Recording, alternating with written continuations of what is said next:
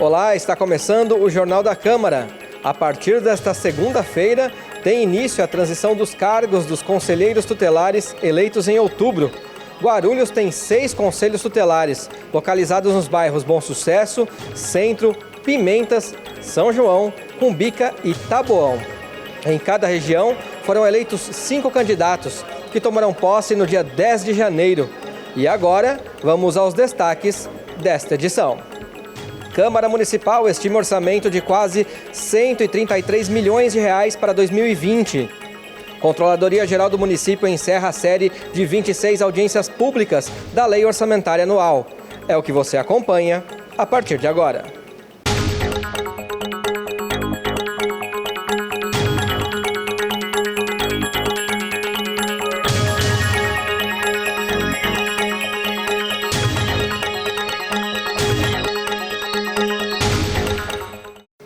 A Secretaria de Gestão apresentou o orçamento estimado em 291 milhões de reais para 2020 e apontou economia aos cofres públicos com a transposição de servidores para o regime próprio.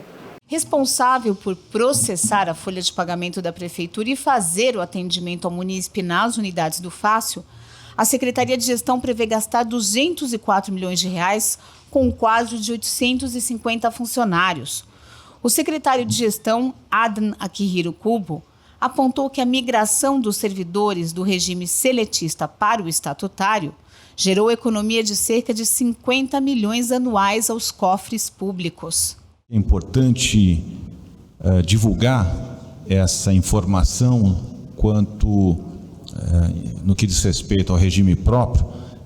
A Secretaria de Gestão apurou uma economia em relação ao regime anterior, da ordem de 4 milhões e meio mês. O secretário foi questionado sobre uma ação direta de inconstitucionalidade que contesta a lei do regime próprio. Essa lei do regime próprio do funcionalismo está sendo contestada pelo Ministério Público, tem uma ação judicial. E qual é a perspectiva? O que vocês consideram, né? E no caso do Ministério Público ganhar a ação, ou seja, o que vai acontecer com quem já migrou, como ficará a situação do funcionalismo? Adam Kubo expôs a situação do município em relação à lei que permitiu a migração. Nós acreditamos, tanto a Procuradoria como a Secretaria de Gestão, que nós temos o subsídio, o fundamento legal necessário para sustentar a nossa migração feita pelo município. Nós temos, enfim, alguns acórdãos, decisões que são diferentes de algumas situações de outros municípios que perderam o chamado regime jurídico único. Portanto, nós temos a convicção de que a lei que apresentamos esse ano, ela tem respaldo legal suficiente para permanecer e estar perene aqui no município. Para o próximo ano, a pasta deve receber 8 milhões e meio de reais para serem aplicados na qualidade de atendimento ao cidadão, o que permitirá a reforma do Fácil Bom Clima. Nós conseguimos um recurso agora em 2019 que vai ser aplicado na melhoria, por exemplo, do Fácil no Bom Clima, onde nós estaremos reformando as instalações, adquirindo computadores, melhorando o sistema, enfim. A Secretaria pretende inaugurar 2 unidades do Fácil com recursos da iniciativa privada no primeiro semestre de 2020. Uma unidade será localizada no Shopping Bom Sucesso e outra no futuro Smart Outlet na rodovia Presidente Dutra. 25 milhões de reais é o orçamento previsto para a Secretaria de Esporte e Lazer no próximo ano. Durante a audiência pública realizada na Câmara Municipal, o secretário Rogério Raman afirmou que está prevista a instalação de gramado sintético em 10 campos de futebol da cidade. Entre eles estão o Campo da Paz, Oswaldo de Carlos, Pimentas, João do Pulo, Ponte Alta e São João. A Câmara Municipal estimou um orçamento de 132 milhões e 800 mil reais para 2020, valor 8% maior do que o total deste ano. Secretário de Finanças do Legislativo, Eldon Luiz Fiorin, apresentou as estimativas de despesas da Câmara para 2020. A folha de pagamento do Legislativo somou 65% do orçamento, abaixo do limite legal de 70%. Mas, segundo o secretário, esse índice não deve ser atingido na prática. Na verdade, essa dotação, ela está sendo feita com bastante cautela e, de certa forma, ela não será, de forma alguma, executada. Como houve aqui a aprovação nessa casa para o ano da aprovação de um futuro concurso para mais 70 cargos, correto? Tínhamos que prever aqui a possibilidade bastante remota de que isso ocorresse no começo do ano que vem e contratasse 70 funcionários. Se essa hipótese bastante remota ocorrer, chega naquele número, mas na prática sabemos que isso é inviável. Secretário-chefe de gabinete, Tiago Neves, ressalta que haverá um concurso público em 2020. Realmente não dá tempo e não é intenção da casa também chamar esses 70 funcionários, né, através de concurso público, mas ano que vem ocorrerá sim um concurso para a casa, tá bom? Ainda segundo a demonstração, entre os principais gastos da Câmara está o aluguel predial, somando quase R$ 3.650.000 por ano. O vereador Toninho da Farmácia, do PSD, questionou os secretários sobre a expectativa da sede própria do Legislativo. O que poderia ser feito para socorrer isso de imediato, que não dá mais para assistir, a população também não quer assistir, não aguenta mais ver um prédio abandonado há mais de 10 anos. Se esse dinheiro que foi comprado na época tivesse uma poupança ou numa aplicação de CDB, teria muito mais que o dobro desse dinheiro. É só chamar qualquer economista para fazer. É muito dinheiro e um aluguel muito alto sendo pago todo mês. Secretário de Administração, César Sansoniuk, enfatizou o intuito de transferir o Legislativo para a sede própria o mais rápido possível. A nova sede foi adquirida no ano de 2011 através de uma venda judicial proposta em razão da falência da empresa Tapetes Lourdes. Ocorre que do ano de 2011 para cá, a municipalidade deixou de poder usar esse imóvel porque houve um imbróglio jurídico que só veio a disponibilizar o imóvel no ano de 2016. Neste ano houve o saneamento do processo da construção da obra em tudo aquilo que diz respeito a projetos básicos, executivos, dotação orçamentária, todo um planejamento bem adequado para que concluamos o ano de 2019 já com o prédio com a licitação concluída. A expectativa do Legislativo é concluir a primeira fase da obra em 2020. A Secretaria de Obras deve contar com um orçamento de aproximadamente R$ 311 milhões em 2020. A informação foi divulgada pelo gestor da pasta, Marco Antônio Guimarães, na última sexta-feira. As obras de esgotamento sanitário, antes realizadas pelo extinto SAAI, Serviço Autônomo de Água e Esgoto, foram transferidas para a Secretaria e representam um investimento de R$ 31 milhões. Há incremento de recursos vinculados provenientes dos governos estadual e federal. No primeiro orçamento, após o ingresso dos servidores transpostos do regime seletista para o estatutário, o IPREF, Instituto de Previdência dos Funcionários Públicos Municipais de Guarulhos, apresentou estimativa de R$ 441 milhões para 2020. Segundo o presidente do IPREF, Eduardo Augusto Reicha, 92% do orçamento destina-se aos fundos de previdência. O fundo financeiro tem custo estimado em R$ 193 milhões para 2020. Esse fundo deverá receber 156 milhões de suplementação do poder público. Já o fundo capitalizado conta com uma reserva de R$ 211 milhões para pagamento de aposentadorias futuras.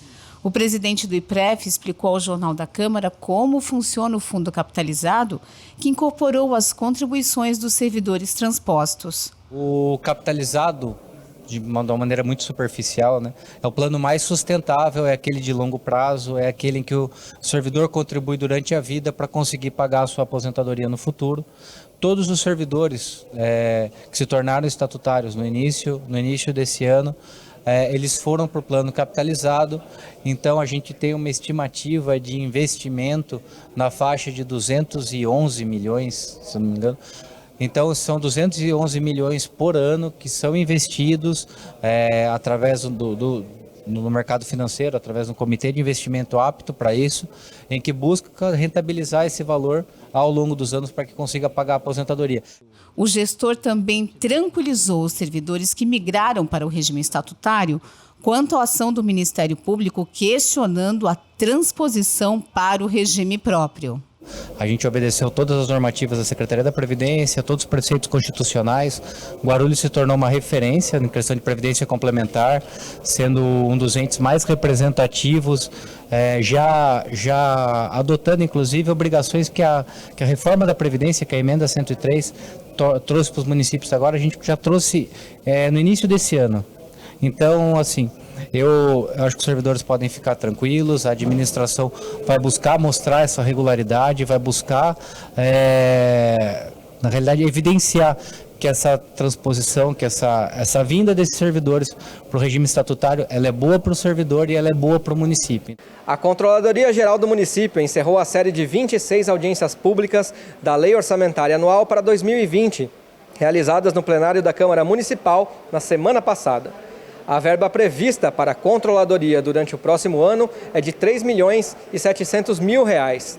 O órgão é responsável por supervisionar os dados disponibilizados no portal da Transparência, realizar auditorias internas, coordenar os serviços de ouvidoria, apurar indícios de irregularidades administrativas e realizar ações preventivas contra a corrupção. A Secretaria de Desenvolvimento Econômico, Científico e de Inovação Tecnológica, a SD7, investe maior parte do orçamento em programas e ações para difundir a imagem de Guarulhos. O orçamento total previsto para 2020 é de R$ 1 milhão. A verba para investimento real é da ordem de apenas R$ 85 mil. O restante é considerado verba de custeio. O principal foco da pasta é desenvolver ações que melhorem a imagem de Guarulhos, como o lançamento do Caderno Econômico, para divulgar aos empresários informações sobre o potencial de investimentos na cidade. É o que explica o secretário William Panek. O Caderno Econômico, que foi também uma inovação da gestão Guti, aonde conseguiu universalizar essas informações. Vereadora Cássio Portela, muitos divulgam a nossa característica logística, das nossas rodovias, né, da nossa pujança dos nossos modais, a proximidade do Porto de Santos, do aeroporto, mas às vezes esses dados não estavam socializados para o empreendedor, para o empresário que quer vir da cidade. O nosso PIB, a nossa mão de obra, o CAGED, o número de empregos aqui criados, para criar um cenário de previsibilidade para esse investidor, porque o cara que vai investir dinheiro na nossa cidade, ele quer saber como a nossa cidade vai se comportar daqui 5, 10 anos. O Caderno Econômico, ele socializa essas informações, mostra o sentimento do empresário por que está investindo na nossa cidade e também é uma fonte de consulta para esse empreendedor, esse empresário que quer investir em Guarulhos, fazer de uma forma muito mais assertiva. Panek ainda ressaltou que a Secretaria tem ações previstas para o turismo e para a inovação tecnológica, como a continuidade da incubadora de empresas na cidade. A noite de sexta-feira foi marcada pela solenidade de entrega do título de cidadão guarulhense a um sergipano radicado há 57 anos em Guarulhos, que contribuiu para a urbanização da Vila Moreira. Aos 85 anos, pai de 10 filhos, José Hermes da Silva lembra que quando chegou em Guarulhos, a Vila Moreira era praticamente uma roça. Como encarregado de construção civil da empresa Light por 29 anos, seu Hermes entendeu que precisava colocar a mão na massa. Tem um terreno lá, é muito grande o terreno. E queriam fazer favela, que nós não somos melhor do que ninguém. Não somos, nós somos todos iguais. Mas o caso é o seguinte, 99% é gente fina, Mas 1% que entra na favela estraga tudo. Queriam fazer, eu falei, não, aqui não faz. Aí eu que fiz? Peguei, fiz uma quadra de futebol salão. Eles vieram para coisar e nós não deixamos. Aí fiz uma quadra, e essa quadra, ela já veio dinheiro de Brasília para fazer essa quadra. Aonde foi jogado esse dinheiro, eu não sei. Eu sei que até hoje não foi coberto. Moradora da Vila Moreira há 58 anos, Milka Dascânio Romano acompanhou toda a atuação de seu Hermes como liderança no bairro. Ele trouxe até água para a Vila Moreira, asfalto, o parquinho lá embaixo. É que eu era criança, né? Mas fiquei sabendo que o asfalto foi ele que trouxe, ele que correu atrás tudo do asfalto, água encanada. Foi essa capacidade de mobilizar a região que chamou a atenção de Antônio D'Agostino. Vereador pelo PV em 2016, D'Agostino foi o autor do projeto que concedeu o título de cidadão guarulhense ao seu José Hermes. Ele é responsável por várias obras no bairro dele.